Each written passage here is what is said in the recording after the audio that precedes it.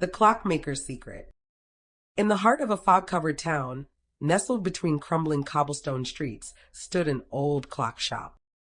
Its owner, Elias Grimshaw, was a quiet man with silver-rimmed spectacles and hands that moved like time itself, precise, delicate, never faltering.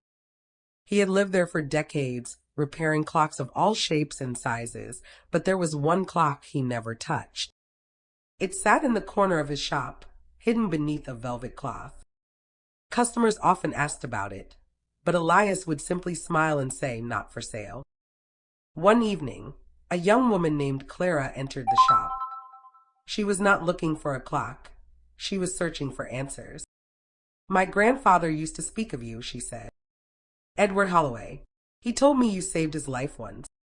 Elias paused, his fingers tightening around the watch he had been repairing. "Edward," he murmured. "A good man."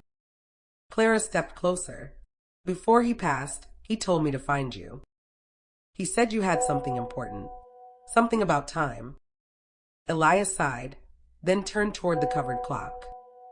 Slowly, he pulled back the cloth, revealing an ornate, golden timepiece with Roman numerals and hands that ticked in reverse. "This," Elias said, "is no ordinary clock. It does not measure time, it bends it." Clara's breath caught. "What do you mean?" Elias hesitated, then whispered, "It can turn back a single moment, just once for each person who touches it. Your grandfather used it to undo a mistake that would have cost him his life." Clara stared at the clock, heart pounding. "Can I use it?" Elias studied her, then nodded. "But be careful. Time does not like to be rewritten." Clara reached out, her fingers brushing the golden frame.